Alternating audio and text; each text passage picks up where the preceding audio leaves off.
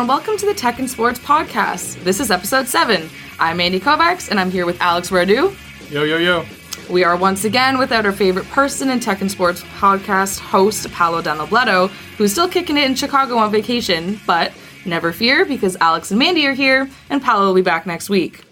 This week, I'll be queuing up a cool story about augmented reality billiards technology, while Alex has some interesting news about cheerleaders wearing absorbent bathing suits to clean water. Apparently, yeah. Yeah, I don't know. But lastly, for a debate portion, we're going to take a look at the NFL and the NHL, two of the most intense sports leagues around, and what they're doing to prevent and diagnose concussions. Trivia will return next week alongside our glorious leader, Paolo. So for now, sit back and relax because 2 of your third stringers are coming into the game. So Alex, please explain this absorbent bathing suit thing that's been worn by cheerleaders in Philadelphia, because while I'm questioning how you even found this story, I am intrigued.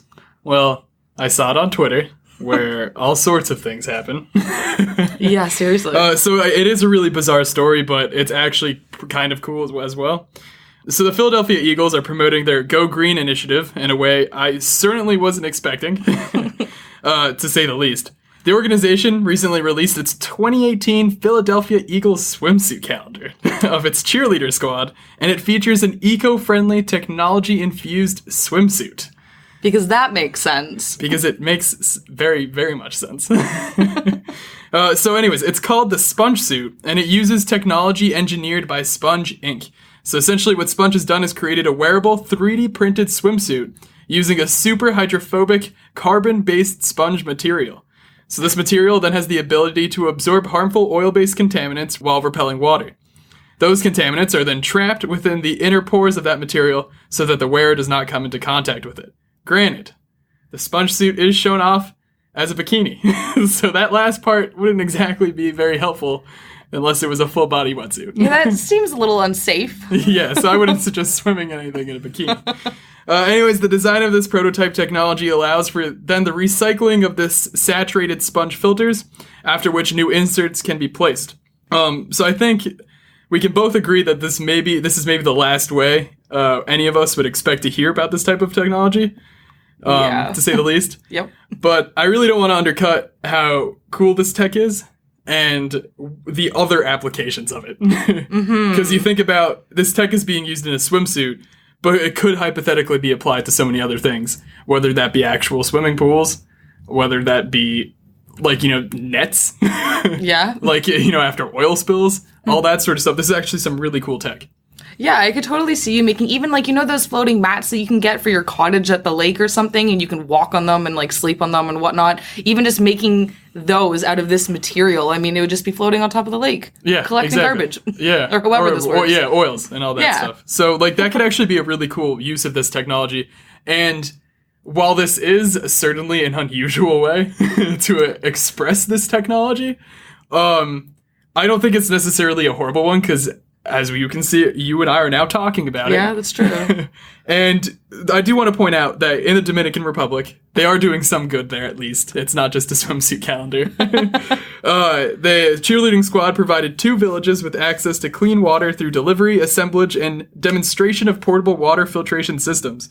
So this can provide 5,000 people with clean water for 5 years, and it's all possible due to a partnership with Wave for Water, which is a program that works to provide clean water to communities in need around the world. Interesting. So not only does sex sell, it also saves lives, is what you're trying to tell me, Alex. I believe that's the slogan. Amazing. That's definitely a unique story we've never encountered before. But moving on, I want to take a closer look at how augmented reality is being used in billiards and pool. A lot of you might question whether these table games can even really be considered a sport. I swear this will kind of blow your mind. So a researcher and his students at Queen's University in Kingston, Ontario, they've developed a technology called AR Pool, which essentially uses artificial intelligence-powered camera projectors and mapping systems to give real-time feedback to someone who's playing pool. So using these AI algorithms and physics, the camera system actually illuminates possible trajectories for a ball onto the surface of a pool table to show the player what the best shot to take would be. So the system is set up above the table, and with the AI technology, it really senses where the cue is pointing and can change the trajectory of the ball based on which direction you're pointing it. So, it's a fascinating concept for people like me who've never played pool before. or is not very good at it, or people who maybe get lost trying to visualize some of the best shots to take. I mean, sometimes bouncing the balls off the wall can be the best option, but a lot of people wouldn't exactly know how to do that, how to aim or be accurate. So, I mean, I think this technology could help with that. So how could they commercialize this in any way?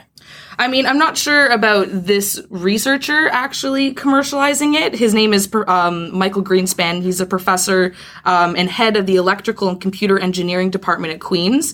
But he's hoping that this cool application of computer vision technology will generate a lot of interest and maybe attract more students to his department.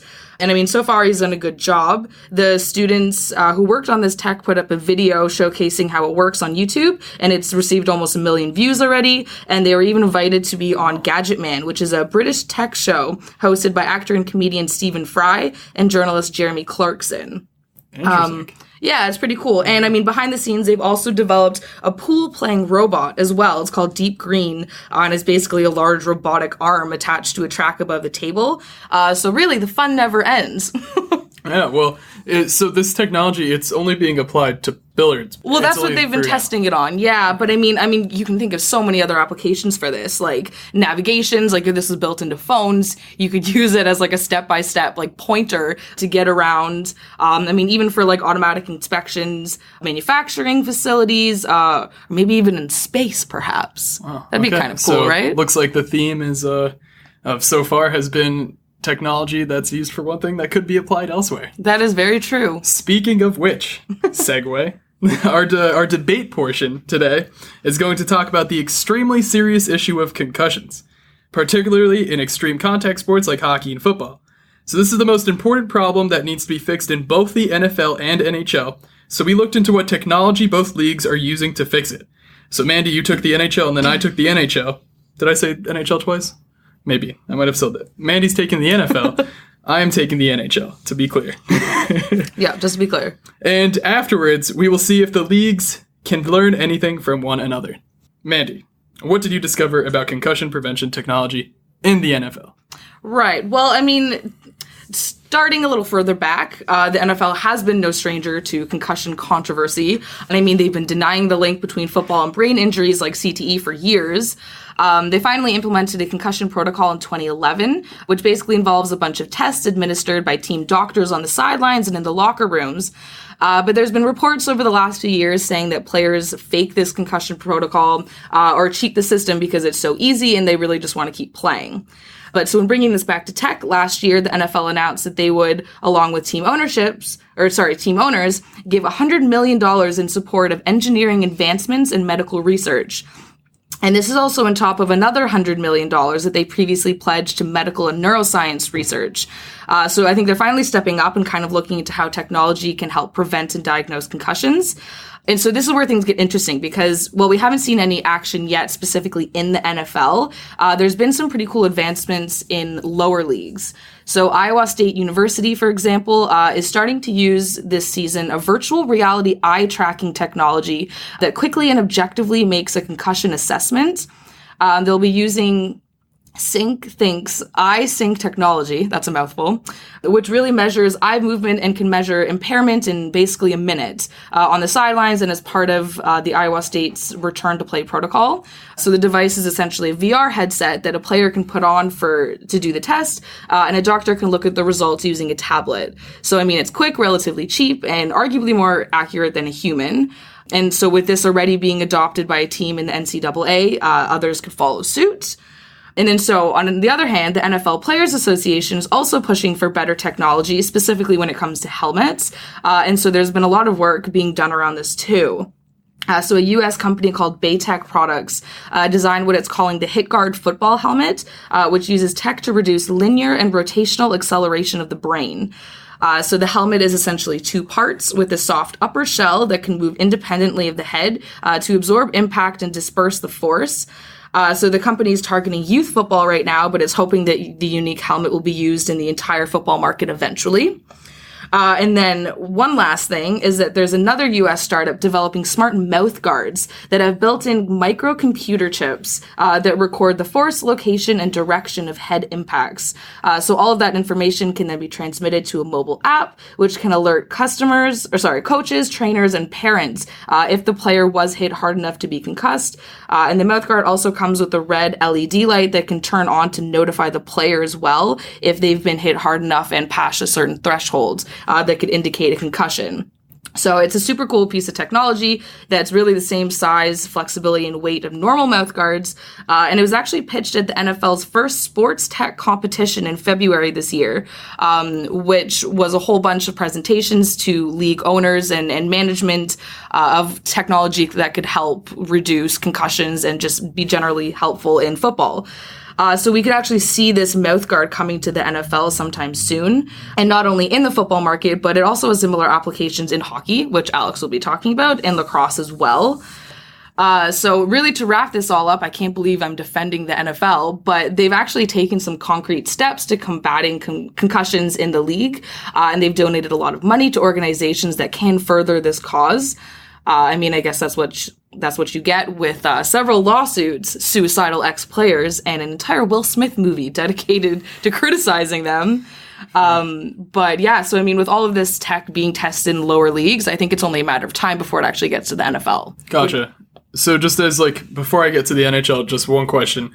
Would you categorize the NFL's current state of concussion prevention technology, which is now my newest favorite set of words, is all of that very preventative or reactive still? Well, that's what I think the money is all going towards. They're finally taking steps to be a little bit more proactive in this, in funding a lot of technological and engineering research into technology that could help with concussions before they even happen. Gotcha. So, things are still not great right now. I'm definitely not giving them a passing grade, but they are actually taking steps to fixing the problem. Got it. Okay. All right. So on the hockey/NHL side of things, the first thing I found was this wearable that would go around a player's neck, almost like a headband, called the collar. Huh. So the parent company of Bauer, Performance Sports Groups, developed it to provide a solution to the slosh theory in regards to concussions. So I'm just going to explain that theory really quick. Yeah, what is that? So basically it means when a blow to the head occurs, the brain moves around inside the skull due to extra space. Mm-hmm. Obviously helmets can't prevent that from happening, but apparently this collar can. Blood flows out of the brain through the jugular vein, and also that rhymes, which then creates that space within the skull. So what this collar would then do is gently press on the vein on each side around your neck to slow the outflow of this blood just enough to stop the brain from shaking. Okay. So this was announced in late 2015, but I had to do a Google search just to even hear about this. So the current concussion protocol in the NHL is laughable at best. Only last season did the league introduce concussion spotters at games that can pull players if they notice concussion, symptoms. Mm-hmm. But that isn't technology. That's human. Yeah. And humans have never always been right. The system is flawed in its conception. Taking someone out of a game to see if they have a concussion is not the route to go.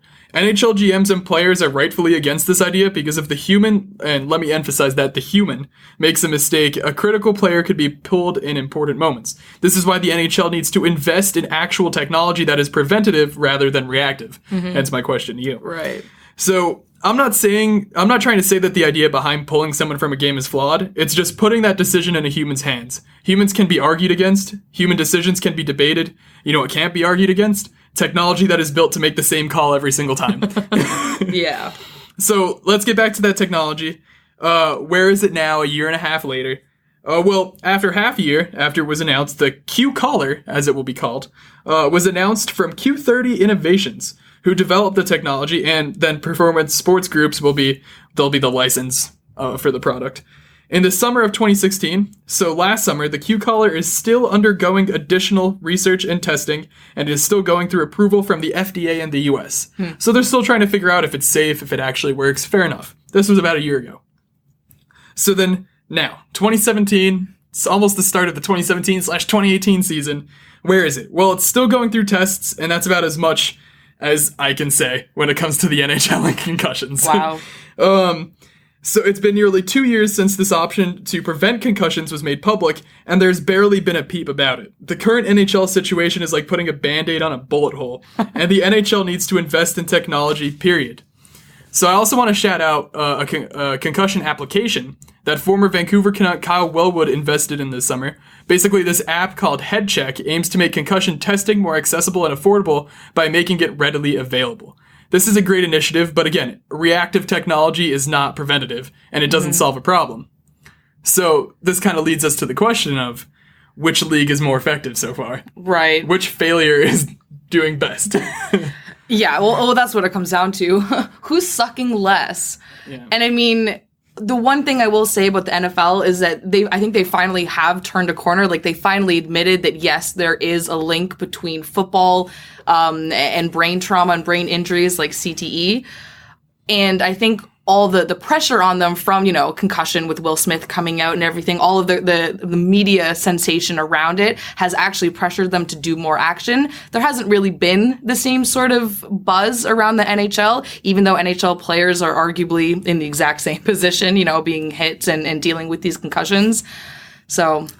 No, I would agree that I guess on a surface level right now, the NFL is a little more, I guess, closer to reaching that preventative rather than reactive kind of state. Right. Granted, like, this cue collar could be for both sports. Yeah, It's I mean, a just lot of these things can as well. like they could affect both. And I think what's really cool about this collar was basically their goal would be so that just like you have a cup and just how you have, like your helmet, this cue collar would be just as important. You would wear it in every time you're playing a contact sport. And it's just like a tight head, like a headband around like your neck. That's it. Does that feel uncomfortable though? Like, is it choking? No, it's not. It doesn't go fully around. It's like a horseshoe. Oh, interesting. So it's like, and it just like grips like a little bit on your neck to prevent your brain from sloshing around, so to speak. So that's like technology that could actually, potentially save lives. Right. So I think that's really cool, but the NHL hasn't even talked about anything like this. They're like, oh, well, we have people spotting players, that's solving it. And then, you go back to all of this drama with, emails being released between Bettman and Bill Daley, the deputy commissioner, about how they're just like, oh, well, we don't want to stop fighting and all that because the NHL Players Association wants to protect enforcers and all that stuff. And they're a business. They've never been in the business of saving lives. They're entertainment. And I guess that's all a valid point, but at some point, we have to call all these people accountable for that. No, I completely agree. And I think that also then goes to sports media as well, where, you have Colin Kaepernick, who is the constant talk because of him kneeling, yet concussions have been a major issue for the past, decade. Yeah. And it doesn't look like, sports media even knows how to have this discussion. Right. Like, the NFL was sued by thousands of players, like literally thousands of players, and they've barely admitted the link. They have, but like barely. Yeah. So it really, I think it all has to stem back to this preventative technology. Like this app, like this concussion app, HeadCheck, that's awesome. Like, that's really cool. So like kids and stuff can, actually see if they have a concussion and treat themselves, because a lot of them don't have access to the trainers of the NHL or the NFL or college or whatever. So I'm really excited to see where all of this goes.